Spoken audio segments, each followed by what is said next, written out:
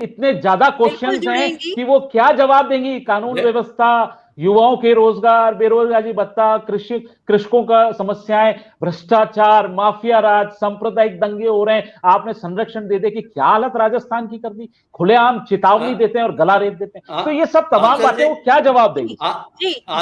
दलितों पे अत्याचार, देखिए आप दलितों पे अत्याचार सबसे ज्यादा बढ़ गए, तीसरे नंबर पे था राजस्थान, पहले नंबर पर आ रहा है।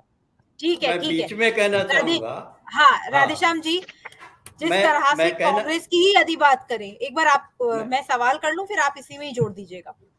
जिस तरह से कांग्रेस के मंत्री दिव्या मदेरणा की बात की जाए, हेमाराम चौधरी उनकी बात की जाए, तो अपनी ही सरकार पर आरोप लगा रहे हैं, और उधर से सचिन पायलट गुट के जो समर्थक है उनका अलग, चाहे हम बात करें राकेश पारिक की, हम बात करें चाहे वेद प्रकाश सोलंकी की बात करें, उनकी तरफ से लगातार मांग तेज हो रही है कि सचिन पायलट को मुख्यमंत्री बनना चाहिए। तो क्या कांग्रेस की इस तरह की क्या हालत है, उस पर क्या कहना चाहेंगे?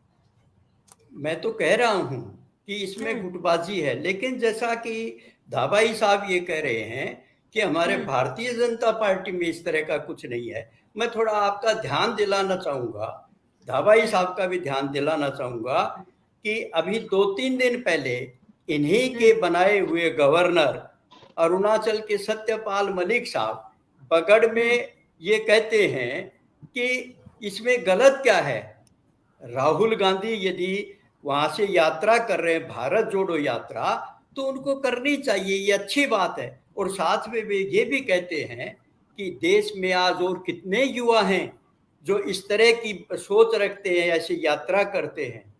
तो मैं तो ये कहना चाहूंगा कि गवर्नर को देखिए, सीधे तौर पर राजनीति से कोई मतलब नहीं होता है। नहीं राधेश्याम जी, मैं ये आपको बताना चाहता हूं, वो संवैधानिक पद होता है और वो किसी पार्टी से बिलोंग नहीं करता, वो उनका व्यक्तिगत विचार हो सकता है। कभी भारतीय जनता पार्टी ने कोई ऐसी प्रेस नोट या भारतीय जनता पार्टी के ऑफिशियल प्रवक्ता या उन्होंने कभी, भाई साहब मैं ये कह रहा हूं कि ऐसी नौबत क्यों आई है, ये व्यक्तिगत विचार हो सकते हैं। देखिए व्यक्तिगत विचार हो सकते हैं, वो एक संवैधानिक पद पर बैठे हुए हैं, उनके खुद के व्यक्तिगत विचार हो सकते हैं, कोई भारतीय जनता पार्टी की तरफ से कोई ऑफिशियल न्यूज नहीं है या ऑफिशियल प्रेस नोट नहीं था। तो पार्टी का है वो ऑफिशियल न्यूज जारी करेगी। ये तो मीडिया के सामने जब वो प्रेस कॉन्फ्रेंस में ये बात कहते हैं, तो क्या इसके कोई मायने नहीं है क्या? ये केवल व्यक्तिगत बात कैसे मानी जा सकती है, आप बताइए? वो आपके बनाए हुए गवर्नर हैं, जब वो ये बात कह रहे हैं तो इसको हम व्यक्तिगत बात कैसे मान लेंगे, आप बताइए? तो मैं न भाजपा को डिफेंड कर रहा न कांग्रेस को डिफेंड करता हूं, मेरा कोई इससे लेन देन नहीं। आज का इश्यू ये है कि वास्तव में गुटबाजी, और तो गुटबाजी तो सारे है। आप बताइए, जिनको गुरु कहा जाता था, लाल कृष्ण आडवाणी जी का कहीं कोई मीडिया कवरेज, कहीं कोई एक्टिविटी कुछ आप देख रहे हैं क्या देश में?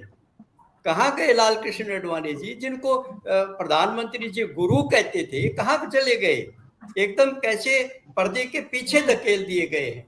तो आप ऐसा ये कहना गलत है। देखिए देश जो है वो आज का युवा पढ़ा लिखा है, आज का नागरिक पढ़ा लिखा है, और फिर इतने कम्युनिकेशन का इतना एक जो है इतनी क्रांति आई हुई है कि हर 1 मिनट में हर कोई घटनाओं से वाकिफ हो जाता है, राष्ट्रीय अंतर्राष्ट्रीय।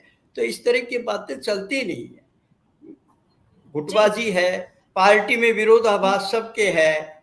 और यदि आपने जैसे कहा कि कांग्रेस को छोड़ करके वो चले गए, इससे कोई फर्क पड़ने वाला नहीं है। जो सैकड़ों साल पुरानी पार्टी है उसका दायरा बहुत बड़ा है, तो उसमें कोई विरोध भी हो सकता है, या फिर किसी व्यक्ति की राजनीति से ऊपर जाकर के भी महत्वाकांक्षाएं हो जाती हैं। तो राजनीति राधेश्याम जी G23 क्या है?